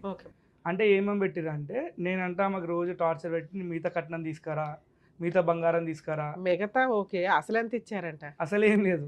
అక్కడేదో రాసుంటారు వాళ్ళ డాడీ అసలు ఎంత రాశారు అంటే 10 lakhs క్యాష్ రాశారు, 20 lakhs గోల్డ్ రాశారు, 20 తులాల గోల్డ్ రాశారు, సిల్వర్ అలా బట్టలు ఏమేమో రాశారు మేడం. అవి ఏం లేవు. నా దగ్గర ప్రూఫ్ ఉన్నాయని చెప్పేసి నేను సబ్మిట్ చేసిన. నేను మా చెల్ల అంట ఆమెకు రోజు టార్చర్ పెట్టుకుంటే నా పైసలు తీసుకురా అని అడిగినానంట. మీ చెల్లి ఎక్కడ ఉందమ్మా ఇంట్లో? పాపం ఆవిడ ఉండదు కదా. వీళ్ళు అంటే కేసు స్ట్రాంగ్ కావాలని చెప్పేసి మమ్మీ అంట తను నిద్రపోతుంటే బకెట్ వాటర్ పోసి లేవు ఊడు అని చెప్పేసి అడిగినామంట. అయితే ఇంకోటి ఏమో చెప్పింది, మేము డైనింగ్ టేబుల్ మీద కూర్చోవద్దు, మేము మంచం మీద కూర్చోవద్దు అంటే మీ డాడీ ఏమన్నాడు, పొద్దున్న లేచి ఇల్లుడు వాళ్ళమ్మ అంటే మా కూతురే మా సర్వెంటా. అమ్మ పెళ్ళి అయిందమ్మా, పెళ్ళి అయిన కొత్తలో వచ్చిండ్రు, మంచిగానే ఉన్నారు, అన్నిటికీ మేము అడ్జస్ట్ అయిపోయినాం. పెళ్ళైనా ఇంట్లోకి వచ్చిండ్రమ్మా, ఇంట్లో అయినాక అడ్జస్ట్మెంటింగ్ అయిపోయినామో అంతా ఉన్నాం. అయితే ఇక ఆమె ఇక సోఫాలలో కూర్చున్నాడు, డైనింగ్ వీటిల మీద కూర్చున్నది. అయితే నేనేం చెప్పినట్టు అంటే, సరే కొన్ని రోజులు కొత్తగా వచ్చింది కదా మెల్లగా చెప్పుకుందాము, మనం మార్చుకుంటామని చెప్పేసి ఆయనతో కూడా చెప్పినమ్మా, నేను మంచిగా మార్చుకుంటాం, మీ దాంట్లో మీకు పద్ధతులు అనేవి తెలుస్తలేవు, మా దాంట్లోకి వస్తే మా పద్ధతులు ఇట్లుంటాయి మా అని కూడా చెప్తే ఆమె ఏం చేసింది, సరే కానీ నేనేం చెప్పినమ్మా, ఒక ఇల్లు ఉదయం లేవగానే ఆడవాళ్ళు ఏం చేసుకుంటారమ్మా, ఇక ఇల్లు ఊడ్చుకొని కొంచెం దేవునికి దీపం పెట్టుకునాలా అంటే, లేదు మామయ్య నువ్వు దీపం పెడుతున్నావు కదా, రోజు నువ్వే పెడతావు కదా అంటే, రోజు నేను పెడతానమ్మా, ఏదో ఒక రోజు పెట్టుకునాలి కదా, నువ్వు కూడా పెట్టుకున్నాను దేవునికి అంటుంటే, ఆమె దీపం ఇంతవరకు పెట్టింది లేదు, ఇల్లు ఊడ్చింది లేదు, వాకిలు ఊడ్చింది లేదు. అయితే నేను ఇదే మాట వాళ్ళ నాయనకు 10 సార్లు చెప్పినమ్మా, అంటే నువ్వు పని మనుషుల్ని పెట్టుకో అన్నాడు. నేనన్నా సరే నాకు పని మనిషి, ఇప్పుడు మా నలుగురికి పని మనిషి పెట్టుకుంటాం, వాళ్ళిద్దరు ఉన్నప్పుడు కూడా పని మనిషి పెట్టుకుంటారా, ఆమె మాకేం చేస్తుంది, నా భార్యనే మొత్తం చేస్తుంది పని అంతా, నేను పని మనిషిని పెట్టుకోను, ఆ పని మనుషులకు ఇంకొక పని మనిషి కావాలంటారు, ఇవన్నీ ఎక్కడికి ఉంటుంటాయి, మన పని మనం చేసుకున్నాను బా, ఏమన్నా డ్యూటీకి పోతుందా, ఏం చేస్తుందా, అన్నీ క్లాస్ జరిగిందమ్మా. జరుగుతుంటుంటే ఒకసారి ఇంట్లోకి వాళ్ళ అమ్మ వాళ్ళ నాయన వాళ్ళ తమ్ముడు కింద ఉన్నాడని మాకు తెలియదు. అయితే ఇట్లా డిస్కస్ జరుగుతుంటుంటే ఇంటలేదు చేస్తలేదు అంటుంటే ఒకరోజు పంచాయతీకి వచ్చారు వాళ్ళిద్దరు తల్లిదండ్రి మా మీదకి వచ్చి మాట్లాడుతుంటుంటే నేనన్నా, చూడు బావ ఏం పని చేయదు ఏం చేయదు, ఇట్లనే కూర్చుంటుంది, అత్తమ్మ పని చేస్తుంటుంటే అందరు కింద మా ఆడిపడుచులు అక్కలు వాళ్ళు వీళ్ళందరూ వచ్చి కింద కూర్చొని హాల్లో సాఫ్ వేసుకొని కూర్చొని మాట్లాడుకుంటుంటే ఈమె సోఫా మీద కూర్చొని కాలు మీద కాలు వేసుకొని ఉప్పుకుంటూ కూర్చుంటుంటుంది. నేనేం చేసినట్టే అంటే ఒకసారి చెప్పినండమ్మా, అదొక్కటి తప్పే నాదిగా, నేను చెప్పిన అమ్మ వాళ్ళందరు కింద సాపేసుకొని కూర్చున్నారు, నువ్వు ఇట్లా కూర్చున్నాడు తప్పు, నీకు కాలు నొప్పులు ఉన్నాయో మరి ఏమున్నాయో నాకు తెలియదు, మీ డాడీ అయితే సోఫాలలో కూర్చోమన్నాడు, ఒక చిన్న స్టూల్ ఉంటాయి కదా 150ది, ఆ 150 స్టూల్ వేసుకొని వాళ్ళ పక్కన కూర్చోమ్మా, నేనేమన్నాను, అందరు కాళ్ళకి నువ్వు పైన కూర్చుంటివి, వాళ్ళేమో అత్తమ్మ మీ ఆడబిడ్చు వీళ్ళందరేమో కింద కూర్చుంటున్నారు అని చెప్పడం అది తప్పు అయిపోయిందట నాకు. అంటే ఇక నేనేమనలే సపోర్ట్, అదొక్కటే మాట అన్నమ్మా. అంటే ఇక ఆమె ఏం చేసింది, లెగిసింది లోపలికి వెళ్ళిపోయింది, బెడ్రూమ్లోకి వెళ్ళిపోయింది. ఈమె కూడా చెప్తుందంట, కొంచెం పద్ధతులు మీ వేరే ఉన్నాయి మాది వేరే ఉన్నాయి, కొంచెం మామయ్య వచ్చినప్పుడు కొంచెం లేచి నీ రూమ్లో కన్నా పో, లేకపోతే మామయ్య లేచినప్పుడు కొంచెం బయటకు వెళ్ళి వచ్చినప్పుడు లేసైనా కూర్చొని కొంచెం మంచినీళ్ళు ఏదైనా ఒక పద్ధతి ఉండాలి అని చెప్పేసి చెప్తుంటే ఏ పని చేయలేదు. సరే అన్నిటికీ అడ్జస్ట్ అవుతుకుంటూనే వస్తున్నాయి 2 నెలలు. సరే పెళ్ళి అయితే ఇంకా మార్పు వస్తుందని ఇక మార్పు రాలేదు. రాకుండా ఏం జరిగింది, ఇవి అవుతున్నాయమ్మా, ఇవి జరుగుతుంటుంటే ఇక ఈ పంచాయతీ మాకు ఈమె వెళ్ళిపోయింది కదమ్మా, డిసెంబర్లో 24వ తారీఖు వెళ్ళిపోయింది, ఇంకా రాలేదు చేయలేదు, ఇవన్నీ జరిగింది. బాబు చెప్పిండు. తర్వాత ఏం చేసిండ్రు, ఈ ఒక పంచాయతీ రోజు వాళ్ళ తమ్ముడు కింద ఉన్నాడమ్మా, అమ్మ నాయన మాట్లాడుతున్నారు, మేమిద్దరం ఉన్నాం వాళ్ళిద్దరు ఉన్నాం మాట్లాడుకుంటున్నాం, ఆమెకు పద్ధతులు నేర్పలేవు నువ్వు చేయలేవు ఇవన్నీ మేము చెప్పుకుంటుంటే ఈ తల్లి ఏం చేసింది, ఫోను కొడుకుకు ఆన్ చేసేసి కొడుకుకు అది పెట్టిండ్రు, వాళ్ళు ఆ కాన్ఫరెన్స్ అయ్యిందో ఆ ఫోన్ పెడితే ఆ కొడుకు ఏం చేసిండు, వేరే వాళ్ళకి కాన్ఫరెన్స్ పెట్టిండు.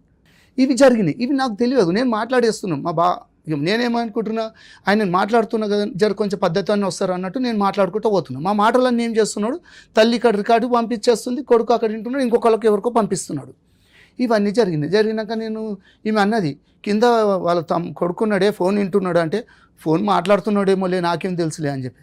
అయితే నేను ఒకసారి పోయి చూసే వరకు కింద ఇదంతా నడుస్తుంటుంటే నేను ఒకటే చెప్పేసిన, చూడమ్మా ఫోన్లు అట్లా పెట్టేసేసి ఇట్లా వినిపించుడు తప్పు, నువ్వు పెద్దదానివి, నీ కొడుకుకి వినిపిస్తున్నావు, నీ కొడుకు పోయి ఇంకొకళ్ళకి వినిపిస్తుండే, ఈ కాన్ఫరెన్స్లు దేని గురించి పెడుతున్నారు మీరు అంటే, మమ్మల్ని మనం చేద్దామని ఆశ అని చెప్పేసి నేను అదే రోజు అడిగితే అతను పైకి వచ్చిండమ్మా. పైకి వచ్చేసి, ఏం డాడీ మీది ఎప్పటికి ఇదేనా, పంచాయతీలు లొల్లి లేనా, పెళ్ళి ఎన్ని రోజులు అయింది అది ఇది అని చెప్పేసి అంటే, నేను 23 చిన్నవాడు. అయితే ఏంది ఇట్లా మొత్తం ఇట్లా రుబాబ్గా వచ్చేసిండమ్మా, ఒక గుండాయిజం లాగా ఉంటాడు అతను మనిషిని. అంటే నేను అతనితోనే మాట్లాడలే, ఒకసారి మా మిస్సెస్ని తిట్టిపాడేసిండు, అప్పటి నుండి నేను అతనితో మాట్లాడా. అతను కూడా చెప్పిన, వాళ్ళ డాడీకి కూడా చెప్పిన. అతను మాటలు చెప్పి కొడితే 2 months మ్యారిటల్ రిలేషన్ లో ఇంత గొడవలు చేసింటారమ్మా. ఏమి అన్నిటి కొత్తుకుంటూ పోయినా నేను వద్దు వద్దు వద్దు వద్దు అనేసి. ఇంతవరకు నేను అయినా ఇప్పటికి ఓపికతోనే ఉన్నానమ్మా. సార్ ఇప్పుడు మీకు కోడలు కావాలా? నేను కావాలని చెప్తున్నాను, కావాలని చెప్తున్నానమ్మా. స్టేషన్ లో కేసు ఎఫ్ఐఆర్ అయిందా? ఎఫ్ఐఆర్ ఎట్లా చేసిర్రు? బెయిల్ ఇచ్చారా? స్టేషన్ బెయిల్ అయితే ఏం లేదు. ఎఫ్ఐఆర్ అయిందమ్మా, అంతవరకే వచ్చింది. అయితే మాకేం జరిగింది, ఒకసారి కౌన్సిలింగ్ జరిగింది కదమ్మా, అక్కడ కూడా 30 మందిని పెద్ద మనుషుల్ని పెట్టుకున్నామమ్మా. ఒక వాళ్ళ బాబాయ్ వాళ్ళు ఒక లాయర్లు వాళ్ళు కూడా వచ్చిర్రు. అయితే మనకు మా నుండి నేను కులపొల్లని, తర్వాత మా అక్కజలని, వీళ్ళు మాది ఒక 20 మంది, మేము వాళ్ళు 30 మంది వచ్చినామమ్మ. వచ్చి ఒక టెంపుల్లోని కూర్చున్నాం, ఏడ గొడవలు అయితే చేస్తాయి అన్నట్టు. అయితే కుర్రోడు ఏం చేసిండు, ఆల్రెడీ కొంతమందిని బయట పెట్టుకున్నాడు. ఇక మేము అవన్నీ మాకు వద్దులే అనేసి మాదేదో మాట్లాడుకుంటాం, మేము ఇది చేసుకుంటాం. అమ్మాయి కావాలని చెప్పేసి మేము అందరం 11 గంటలకు మాకు టైం చెప్పిండమ్మా. 1:30కు వచ్చారు వాళ్ళు. మాకు ఆకలి అయిపోతుంది, వాళ్ళు తినేసి మెల్లగా వచ్చారు. 1:30 ఒక టైం చెప్పారు, ఒక టైంకి వచ్చారు. అయినా నేను ఓపికతో అందరం బిస్కెట్లు తిన్నాం, కూర్చున్నాం. అయితే మాట్లాడుతూ పెద్ద మనుషులు మాట్లాడుతుంటుంటే కొడుకు తండ్రి ఇంతమంది ఉన్నామమ్మా. పిల్లగాడు నా కొడుకు మీదకి ఏం రా లంజోడక ఏమో మాట్లాడుతున్నావు అని చెప్పేసుకుంటే పైకి వచ్చేసేసి. పెద్ద మనుషులు పంచాయతీ ఇంతమంది ఉన్నారు, 30 మంది ఉన్నారు. నాకు అప్పుడు ఆవేశం ఆగలేదమ్మా. నువ్వు ఎవడివిరా నువ్వు, అసలు నా కొడుకు మీదకి ఎట్లా వస్తున్నావు? ఇంతమంది 30 మంది ఉండగానే నా కొడుకు మీదకి వస్తున్నావు, నా కొడుకుని చంపుతావు రేపు పొద్దున, నేను పోలీస్ స్టేషన్లో కంప్లైంట్ పెడతాను నేను అని చెప్పేసి. అంటే వీళ్ళందరూ ఏమన్నారు, ఇవి పంచాయతీలా ఇప్పుడు మీరు ఈ లొల్లులు చేసుకొని వస్తారా, మాట్లాడినుకున్నారా అంటే నన్ను కొంచెం బయటకు పోమన్నారు. నన్ను మా బాబుని బయటకు పోయినాక మాట్లాడిరు, వాళ్ళు మాట్లాడుకురు, ఏం మాట్లాడుకుర్రో ఏం కథనో అన్నారు. తర్వాత ఏమన్నారు, ఇక ఎంత చేసినా ఏం చేసినా అమ్మాయి మీ దగ్గర ఉండే పొజిషన్ లేదు, ఉండనని చెప్పిందమ్మా. మా ముంగటే అన్నది. అడిగినాం మీకు ఏంది మీకు అంటే, మాకు అమ్మాయి అయితే కావాలని నేను అన్నామమ్మా. అమ్మాయి కావాలి, మాకు పెళ్ళి 2 నెలలు కూడా కాలేదా, మా పిల్లగాంది ఏంది ఇది, 2 నెలలకు నేను పెళ్లి చేసుకుని 25-30 లక్షల రూపాయలు ఖర్చు పెట్టుకున్నా. ఎంత గొడవ జరిగి అబ్బాయిని కొట్టి ఎవరైతే బామ్మరిది కొట్టడానికి వచ్చిండు, కొట్టలేడు. అంత దూరం వచ్చిన కేసులు, మీ వైఫ్ ని తిట్టి, ఈయన్ని తిట్టి, మిమ్మల్ని తిట్టి, ఇలాంటి కేసులు అయినా ఇంకా అమ్మాయి కావాలనుకున్నారా? అమ్మాయి మారుతుంది అని చెప్పేసి మొన్న ఎప్పుడైతే పోలీస్ స్టేషన్లకు మాకు ఇవన్నీ జరుగుతున్నాయో, ఇక మాకు ఎప్పటికొనేది టార్చర్ ఏమో. సరే, ఫుల్ అండ్ ఫైనల్ సెటిల్మెంట్ మాట్లాడుకోపోయారా? అడిగాం మేడం, మాట్లాడితే తర్వాత వాళ్ళకి ఒక దగ్గర 80 lakhs దాకా అప్పులు ఉన్నాయి. ఆ పైసలు డిమాండ్ చేస్తారు. ఫస్ట్ ఏమో 50, అట్లా 50, 100, ఫస్ట్ ఏమో 75 lakhs అడిపించారు, దాని 50 అడిపించారు. మళ్ళీ ఇంకొకళ్ళు వచ్చి మా ఇంటికి వచ్చి సెటిల్మెంట్ మాడితే వాళ్ళ తప్పు అని చెప్పి తిట్టిపించేసి వాళ్ళని తిట్టేసారు. అక్కడ నుంచి 25కి వచ్చారు. మళ్ళీ ఇంకొక ఏరియా పెద్దవాళ్ళు ఇప్పుడు అవుతుంటే అతను పెద్ద మనిషి వచ్చేసరికి ఆయన కూడా వాళ్ళ తప్పు అన్నందుకు మళ్ళీ లాస్ట్కి వాళ్ళు ఇప్పుడు ఎంత 20కి వచ్చారు. నేను ఒకటే అన్నా 9 రూపాయి అయితే ఇచ్చేది లేదు, మా తప్పులు లేవిడ, అందరు తెలుసు కాబట్టి తప్పులు మీ ఉన్నాయని చెప్పేసి మీకు సపోర్ట్ చేయకుండా నీ PS లో సెటిల్మెంట్. మరి మీకు రావాల్సిన ఎంత ఉన్నాయి? నాకు ఓవరాల్ వచ్చేదైతే అందులో ఏం చేసిండమ్మా, మాకు ఒక 5 లక్షల రూపాయలు ట్రాన్సాక్షన్ చేసిండమ్మా. అంటే 5 లక్షలు ట్రాన్స్ఫర్ చేసిండు. ఏది నాకు ఫస్ట్ ఇచ్చిన అమౌంట్ ఉంది కదా, అది పెళ్ళి అయినాక 1 వీక్ 15 days నాకు అమౌంట్ ట్రాన్స్ఫర్ చేసిండు, నా అకౌంట్లోకి ట్రాన్స్ఫర్ చేసిండు. నేనేమన్నా అంటే, చూడు బావ ఇది నాకు ఇచ్చింది, నేను ఇచ్చిన అమౌంట్కు నువ్వు ట్రాన్స్ఫర్ చేసారు అని మీరు అనుకుంటే అట్లా వాళ్ళే ఉద్దేశంతో ఇచ్చారు, అది అడగాలి. నేను అదే అడిగినమ్మా. అది అడిగితే ఆయన ఏమంటాడు, నీ పైసలు నేను తర్వాత ఇస్తా, ముందు అయితే ఇవి పెట్టుకోండి. ఆయన దృష్టిలో మీ దృష్టిలో క్లారిటీ వచ్చేసింది ఏమని, ఇదైతే ఫస్ట్ ఉంచుకో, దీనికి అప్పుకి సంబంధం లేదు, అవి తర్వాత ఇస్తాను, ఇవి పెళ్లి ఖర్చులు కొంచెం అన్నట్లే చెప్పాను అన్నాడు. అంటే నేనేమన్నుంటి, అయితే ఇది జరిగింది కదమ్మా, పెళ్ళి అయిపోయినాక ఇవి పంపించి నేను ఊరుకున్నా. మామూలుగా మళ్ళీ ఇంకా కొన్ని డబ్బులు అడుగుతుంటే ఆ డేట్లతో సహా నేను నా దగ్గర అవి ఇచ్చుకుంటూ వచ్చినట్టు. ఒక రోజు ఏం చేసిండు అంటే, లాస్ట్ ఫైనల్ పేమెంట్ అమ్మ ఇది ఒక 1,50,000 కావాలని చెప్పేసి కూర్చున్నాడు. నాకు ఇట్లా మెడ మీద కత్తి ఉంది, నన్ను ఇప్పుడు నేను చచ్చిపోతాను బావా, నేను ఏం చేయాలి, నేను ఊరేసుకొని చచ్చిపోతా, అది ఇది అన్నాడు. అంటే దేని గురించి బావ అంత ప్రెజర్ ఎందుకు చేసుకుంటున్నావు నువ్వు, నీ జీతము నువ్వు ఒక హై లెవెల్ ఆఫీసర్వు, మీకు ఎందుకు ఇంతగానో టెన్షన్లు పడుతున్నావు ఓకే అంటుంటే, లేదు బావ నాకు ఇక అలా దాంట్లో డిపార్ట్మెంట్లో చేస్తే ఒక అతను శ్యామ్ అని చెప్పేసి ఉన్నాడంట, అతని దగ్గర కొంచెం అమౌంట్ తీసుకున్నాడంట. పోలీస్ స్టేషన్ లో ఫుల్ అండ్ ఫైనల్ సెటిల్మెంట్ కి వాళ్ళ దగ్గర నుంచి ఒక ప్రపోజల్ వచ్చింది, మీరేమన్నా ఒక చిన్న ప్రపోజల్ ఇచ్చి వదిలించుకుందాం అనుకుంటున్నారా? దానికోసం ఆగొచ్చు కదా, ఇక్కడ దాకా ఎందుకు వచ్చారు? యాక్చువల్లీ పంపించాక వాళ్ళు వద్దని చెప్పేసి మళ్ళీ పోలీసు వాళ్ళతో డిమాండ్ చేపిస్తారు మేడం. అవును, నన్ను చంపేస్తా నాకు ఫోన్లు చేపిస్తారు. ఇక్కడికి వస్తే ఏం జరిగింది అనుకుంటున్నారు మీరు? ఇక్కడ అంటే నాకు ఏదైనా న్యాయం జరుగుతుందేమో న్యాయస్థానం నుండి అనేసి అది ఒకటే జరుగుతున్నదమ్మా. నాకు న్యాయస్థానం నుంచి న్యాయం జరగాలంటే అడ్వకేట్ దగ్గరికి వెళ్తే సరిపోతుంది కదా. అడ్వకేట్ వాళ్ళకి కూడా మేము మాట్లాడుతున్నామమ్మా. ఎందుకంటే ఇప్పుడు PSలోకి పోయినరు కదమ్మా, మా మీద అందరి మీద నేను మా కూతురు కూడా టార్చర్ చేసింది అన్నట్టు పెట్టిర్రు. మాకు భయం అయిపోతుంది, ఎందుకంటే ఆయన డిపార్ట్మెంటు తర్వాత ఆయన దగ్గర ఆయన వెనకాల పెద్ద పెద్దలు ఉన్నారు. మాకు కనీసం ఇట్లనన్నా మాకు కొంచెం సేఫ్టీ ఏమన్నా మాకు ఏదైనా అదే ఏమంటారు రక్షణ ఏమన్నా కలుగుతుందేమో అన్నట్టు, మాకు రేపు పొద్దున మమ్మల్ని వేరేటోళ్ళు ఇబ్బంది పెట్టొద్దు అన్నట్టు నేను ఇట్లా వచ్చినానమ్మా. సో ఇక్కడ ఈ వీళ్ళ స్టోరీ వింటే మీకు కొంత అర్థమై ఉంటుంది. రోజు మనం ఎపిసోడ్స్లో రెగ్యులర్గా చెప్పుకుంటూనే ఉన్నాం, మ్యారిటల్ రిలేషను నిలబడుతుందా లేదా అనేది నీటి మీద బొడగలాగా అయిపోయింది ఈ రోజున పరిస్థితి. దీనికి pre wedding shoots, grand marriage, విచ్చలవిడి ఎక్స్పెన్సెస్, అది అబ్బాయి తరపు వాళ్ళు పెట్టుకుంటున్నారు, అమ్మాయి తరపు వాళ్ళు పెట్టుకుంటున్నారు. లీగల్గా ఏం చెప్తున్నాం, రిజిస్టర్ మ్యారేజ్ చేసుకోండి, ఇటు 10 మంది అటు 10 మంది, తర్వాత రిసెప్షన్ పెట్టుకోండి, ఇద్దరు ఈక్వల్గా వేసుకోండి, ఇది లీగాలిటీ. అలా చేయంగా మనం సాంప్రదాయం ఒకటి ఫాలో అవ్వాలి, అది పర్ఫెక్ట్. సాంప్రదాయం ఫాలో అయ్యేటప్పుడు అది కూడా రీజనబుల్గానే ఉండాలి. సాంప్రదాయపరమైన ఎక్స్చేంజ్లు ఏమన్నా జరిగితే అది డౌరీ కాకుండా, బట్టలు మేము 50,000 పెట్టామండి, వాళ్ళు ఒక రింగ్ పెట్టారు, మేము రింగ్ పెట్టాం, మాకు పెళ్లి ఖర్చులు ఇంత అయింది, వీళ్ళకి రిసెప్షన్ ఖర్చులు ఇంత అయినాయి, ఇవన్నీ కూడా కోర్టు సాంప్రదాయ ఎక్స్చేంజ్ల కిందే చూస్తుంది. అంతే తప్ప అది డౌరీ ట్రాన్సాక్షన్ల కింద వాళ్ళు వాడుకున్నా కూడా కోర్టు ప్రాపర్గా, వాళ్ళకి సాంప్రదాయాలు తెలుసు కదండి, ఏ జడ్జి ఎక్కడ నుంచో రారుగా, అందరూ మనలాంటి వాళ్ళమే జడ్జెస్ అవ్వడం చదువుకొని ఇట్లా అవుతుంది కాబట్టి వాళ్ళకి అన్నీ తెలుసు. డౌరీ అని ఎప్పుడు వస్తుందంటే ఆ పెళ్లి టైంకి పెద్ద మనుషులతో మాట్లాడుకుని ఉంటారు, మేము 30 లక్షలు 20 లక్షలు 10 లక్షలు, ఆ 10 లక్షలు అకౌంట్ ట్రాన్సాక్షన్ లేకపోతే పళ్ళాల్లో పెట్టి ఇవ్వడము ఇలాంటివి జరుగుతూ ఉంటాయి. అవి కూడా రీజనబుల్గా ఉండి ఫర్దర్గా ఎటువంటి హెరాస్మెంట్లు లేకపోతే దాన్ని కూడా పెద్దగా కన్సిడర్ చేయరు. కానీ ఇక్కడ అటువంటి డౌరీ ట్రాన్సాక్షన్స్ ఏమీ లేవు, మాట్లాడుకునే మాటలు మాత్రం హైప్ రేంజ్లోకి వెళ్ళినాయి. సో పెళ్లి ఖర్చులు పెట్టుకునేటప్పుడు అది అబ్బాయిలైనా అమ్మాయిలైనా ఆలోచించుకోండి, గోడకేసిన సొన్నం. అవి అబ్బాయిల దగ్గర నుంచే వసూలు చేస్తాము అంటే కుదరదు. ఎందుకు అంటే మీరు గ్రాండ్గా పెళ్లి చేసుకుంటున్నారు, మీ ఇష్టం కోసం మీ సంతోషం కోసం చేసుకుంటున్న సెలబ్రేషన్ 10 మందిని పిలిచి వాళ్ళ బ్లెస్సింగ్స్ తీసుకోవడం కోసం జరిగేది. లేదు మేడం వాళ్ళు గ్రాండ్గా చేయమన్నారు, 2000 మందిని పిలిచారు అంటే మీరు అప్పుడే చెప్పుకోవాలి. ఆ రోజు ఆ అబ్బాయి కుటుంబం, ఆ అబ్బాయి వెనకాల ఆస్తో, ఆ అబ్బాయి ఫైనాన్షియల్ బ్యాక్గ్రౌండో జాబో చూసి ఇష్టపడి చేసేస్తూ తర్వాత కేసులు వేయాల్సి వచ్చినప్పుడు వాటిని వాడుకుంటే మీ క్యారెక్టర్స్ పర్ఫెక్ట్గా సెట్ కావు. 1కి 10 సార్లు పెళ్ళి టైములోనే కరెక్ట్గా మాట్లాడుకోండి. అందుకే చెప్తున్నాను, అది అబ్బాయిలు పెట్టినా అమ్మాయిలు పెట్టినా మ్యారేజ్ ఎక్స్పెన్సెస్ చెప్పుకోవడానికి బాగుంటాయి, ఎంత లాస్ అయిందో అయ్యో పాపం అని అనుకోవడానికి బాగుంటాయి తప్ప కోర్టు నుంచి రికవరీ చేసుకోవడం కుదరదు. మరి ఏం రికవరీ చేసుకోగలం? మీ మ్యారిటల్ రిలేషన్లో మీరు ఎంత సఫర్ అయ్యారు అంటే, ఒక అమ్మాయి ఇలా పెళ్లి చేసుకొని 2 వీక్స్లోనో 2 మంత్స్లోనో బయటికి వెళ్ళిపోయి వీళ్ళు ఇట్లా సెక్సువల్ అబ్యూస్ చేశారండి, ఈ అబ్బాయి సెక్స్ పనికిరాడండి, ఈ అబ్బాయి జాబ్ చేయడండి, ఈ అబ్బాయి తాగిపోతండి, వాళ్ళ నాన్న ఇట్లా అండి, వాళ్ళ అమ్మ ఇట్లా అండి అని వేసే కేసులు నార్మల్ కేసులు.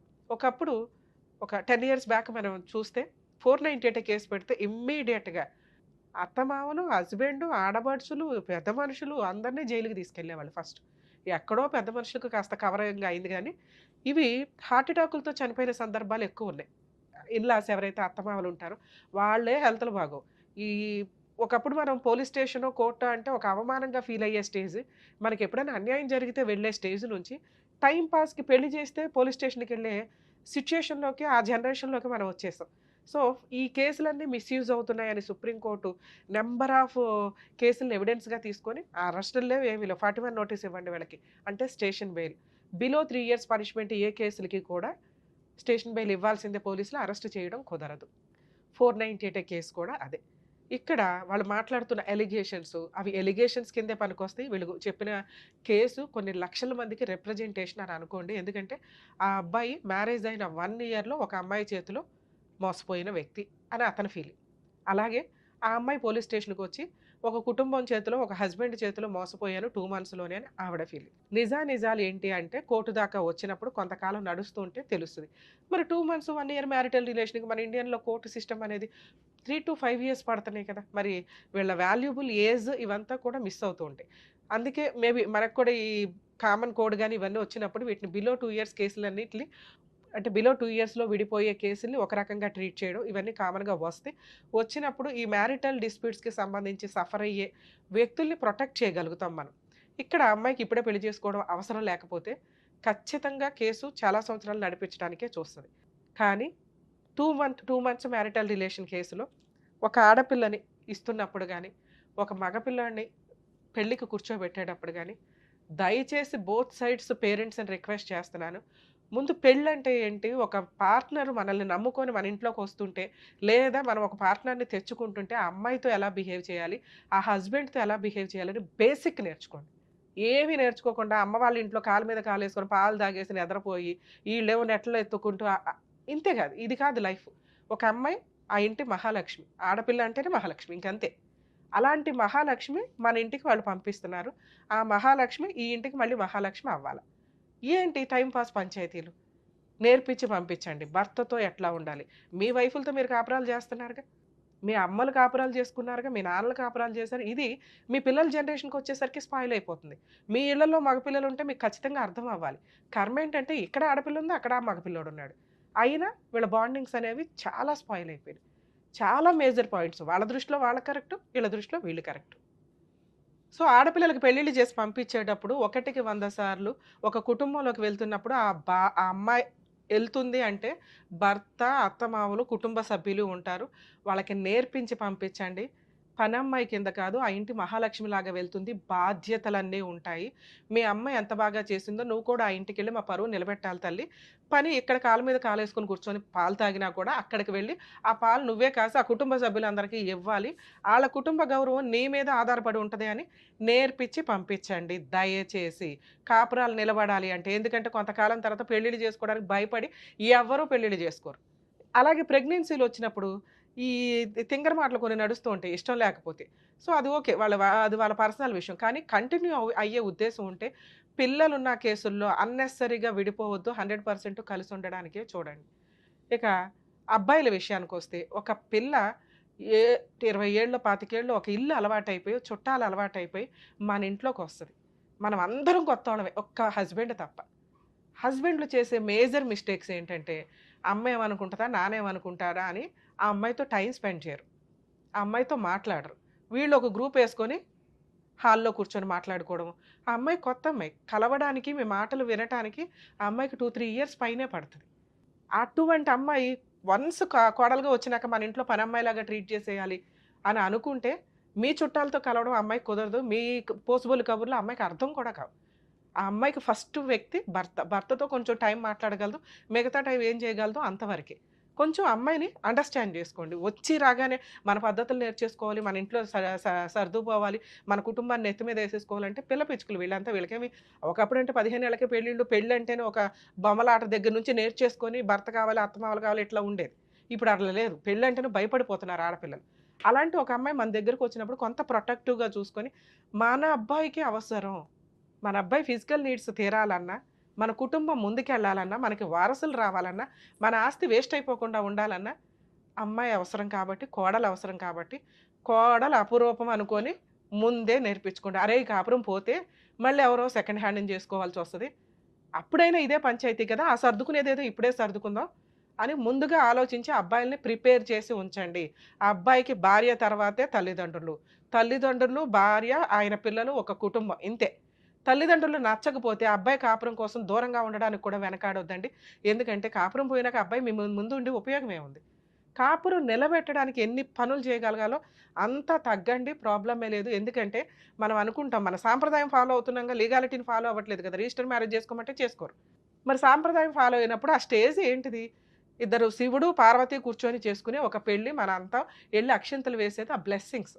పుటుక్కున సంవత్సరం అవగానే విడిపోయి చేస్తున్నారు. ఏ రకంగా ఇదంతా వర్కౌట్ అవుతది? వేరే కంట్రీస్ అన్నీ మన కంట్రీ వైపు ఎందుకు చూస్తాయో తెలుసా? మన సాంప్రదాయాలు, మన ఆచార వ్యవహారాలు, మన బాండింగ్స్, భార్యాభర్తల బాండింగ్స్, కుటుంబ బాండింగ్స్ అవి మొత్తం స్పాయిల్ అవుతున్న సందర్భంలో కొట్టుమిట్టాడుతున్న కోర్టులు కిరకిటలాడుతూ ఫ్యామిలీ డిస్ప్యూట్స్ తోటి. ఒక కేసా? ఒక డిస్ప్యూటా? 5 కేసులు ఫైల్ అవుతాయి. ఇక్కడ ఈళ్ళు బాధపడుతున్నది, భయపడుతున్నది ఏంటంటే స్పాయిల్ అయిపోయింది. ఏమీ చేయలేం. ఎందుకంటే పోలీస్ స్టేషన్ దాకా వచ్చినప్పుడు సుప్రీంకోర్టు గైడ్‌లైన్స్ కౌన్సెలింగ్‌లు ఇమ్మని. ఆ కౌన్సెలింగ్‌ల్లోనే ఇక్కడ అర్థమైపోతుంది ఆ అమ్మాయికి డే 1 నుండి ఇష్టం లేదు. దయచేసి కనుక్కోండి. ఈ రోజున ఆడపిల్లలు బయటికి చెప్పట్లేదు. వాళ్ళకో ఫ్రెండ్స్ ఉంటారు. వాళ్ళకో పర్సనల్ లైఫ్ ఉంటది. వాళ్ళకి ఇష్టం లేకపోతే ఇష్టం లేదు అంతే.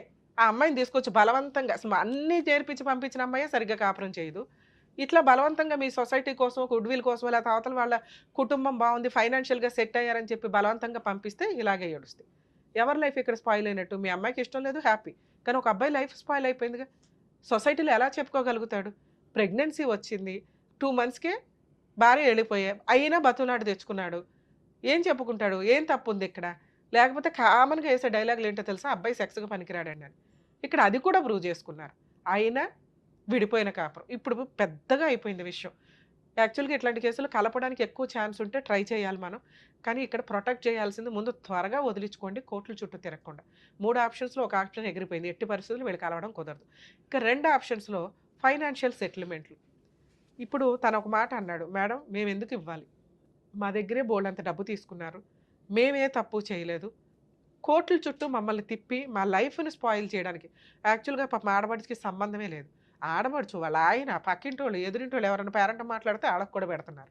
అయినా పోలీసులు తీసుకోవట్లేదండి. కొంచెం జ్ఞానంగానే ఆలోచిస్తున్నారు. సుప్రీంకోర్టు ఊరుకోవట్లేదు ఎవరిని. ఒకవేళ అలాంటి ఎవరి పేర్లైనా పెడితే హైకోర్టు క్వాష్ పిటిషన్ వేసుకోండి. వాళ్ళ పేర్లు తీసేస్తారు. ఆ అబ్బాయి, అమ్మ, నాన్న తప్ప మిగతా వాళ్ళ మీద కేసులు పెద్దగా ఎంటర్‌టైన్ అవ్వవు. ఎప్పుడు ఎంటర్‌టైన్ అవుతాయి అంటే ఒకే షెల్టర్‌లో వాళ్ళు ఉంటే కొంత ప్రూవ్ చేసుకోండి అంటారు.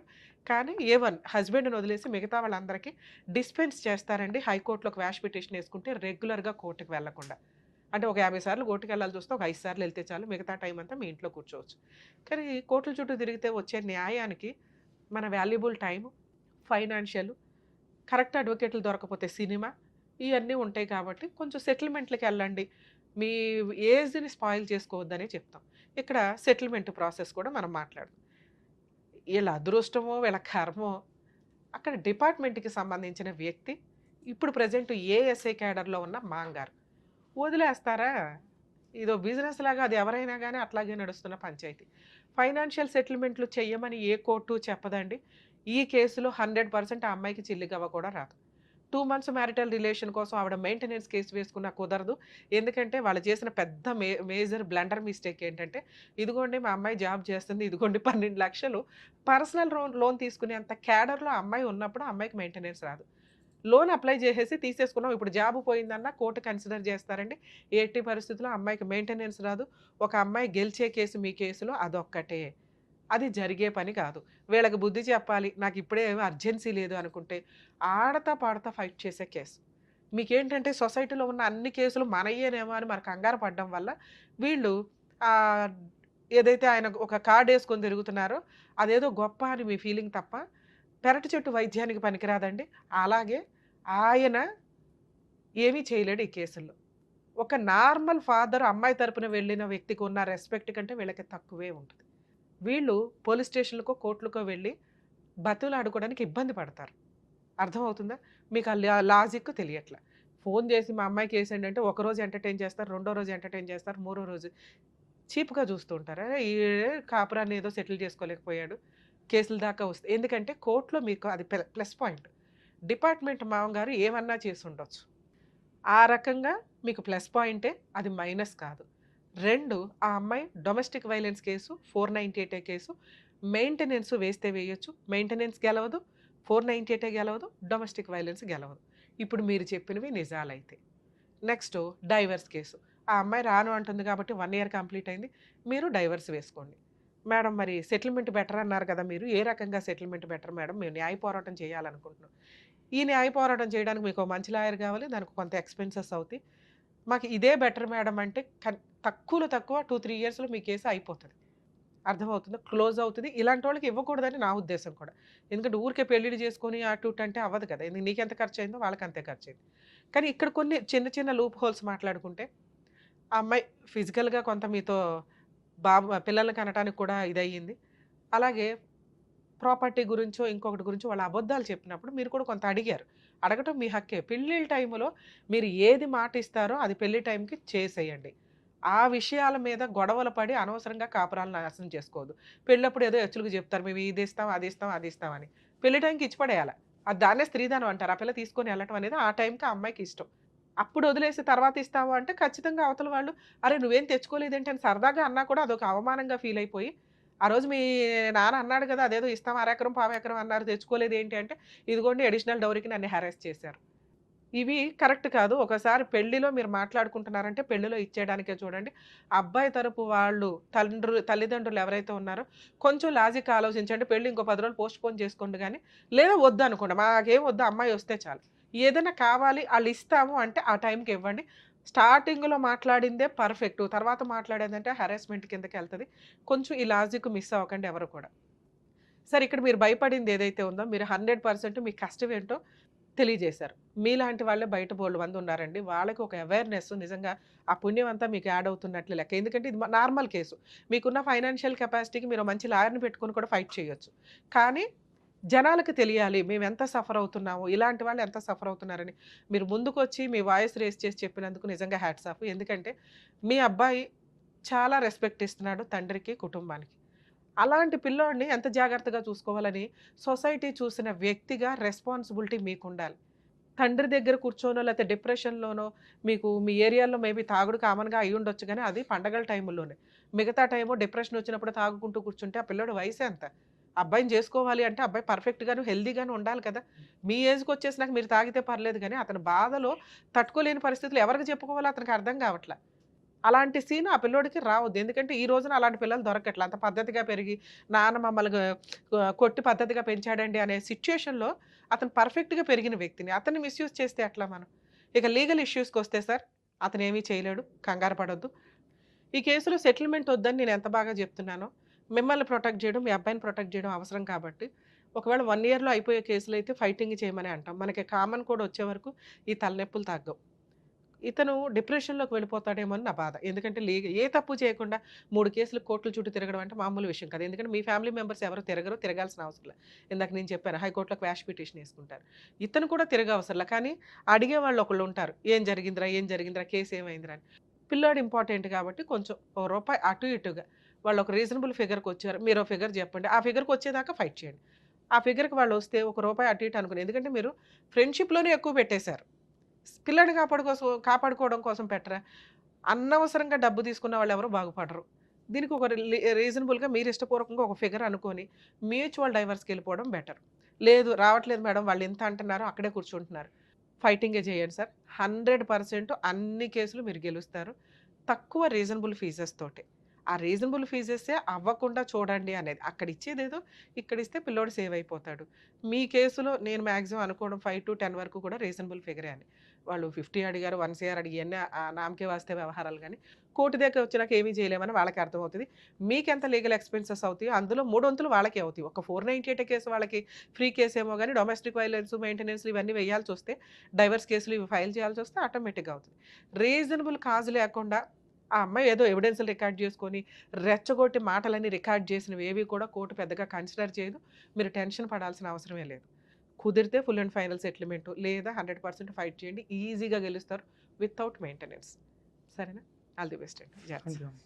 సార్, ఏ కేసులోనైనా ఫ్యామిలీ మ్యాటర్స్ విషయానికి వచ్చేసరికి కొన్ని రీజన్స్ ఉంటాయి. మనతో కాపురం చేసి పిల్లలకని 2-3 పిల్లలు ఉన్నారు, లేకపోతే ఒక పిల్లాడు ఉన్నాడు, పిల్లలు ఉంది అనుకుంటే కాంపెన్సేషన్ ఇచ్చి సెటిల్ చేసుకోండి. ఎందుకంటే పిల్లలకి తండ్రి అవసరం చాలా ఉంటుంది. ఇండియాలో తండ్రిని ఎవరు కుదరదు కాబట్టి ఓన్లీ విజిటేషన్ రైట్స్. ఇవి ఒకరికొకరు తిరగడం వల్ల దిగజారి మాటలు కూడా కొన్ని వచ్చేస్తున్నాయి. కాబట్టి వదిలేయాలనుకుంటే పిల్లలతో పాటు భార్యను వదిలేసి కొంత కాంపెన్సేషన్ అయితే ఇవ్వాలి. అది వాళ్ళ చదువులకి, మెయింటెనెన్స్కి, వీటికి యూజ్ అవుతుంది. ఇక్కడ పిల్లలు లేరు, 2-3 months మ్యారిటల్ రిలేషన్ అంటే రీజనబుల్ అమౌంట్ ఏది అడ్వకేట్లకు అయ్యే ఖర్చు ఏదో ఆ అమ్మాయికే ఇచ్చి వదిలించుకోవడం వరకు వస్తే అది పర్ఫెక్ట్. లేకపోతే 100% న్యాయ పోరాటం చేయండి. ఎందుకంటే ఈ కేసులు నడుస్తుంటే సుప్రీంకోర్టు కూడా యాక్సెప్ట్ చేయట్లేదండి. చాలా చేంజెస్ రాబోతున్నాయి త్వరలో. అనవసరంగా ఒక అబ్బాయిల్ని పెళ్లి చేసుకొని మెయింటెనెన్స్లో, కాంపెన్సేషన్లో వసూలు చేసి కాళ్ళ మీద కాలేసుకొని కూర్చుందామంటే అమ్మాయిలకి కుదరదు. అలాగే ఒక ఆడపిల్లని పెళ్లి చేసుకొని అప్పనంగా కట్నాలు తెచ్చేసుకొని మన ఇంట్లో ఓ పని అమ్మాయిలాగా ఉండాలంటే అబ్బాయిలకి కుదరదు. కానీ ఇక్కడ లాస్ అవుతున్నది ఎక్కువగా అబ్బాయిలు ఉన్నారు కాబట్టి కాంపెన్సేషన్ అబ్బాయి దగ్గర నుంచే వసూలు చేసుకునే కెపాసిటీ నడుస్తుంది కాబట్టి కొంచెం అబ్బాయిలు జాగ్రత్తగా ఉండండి. అమ్మాయిలు కొంచెం న్యాయంగా ఉండండి తల్లి.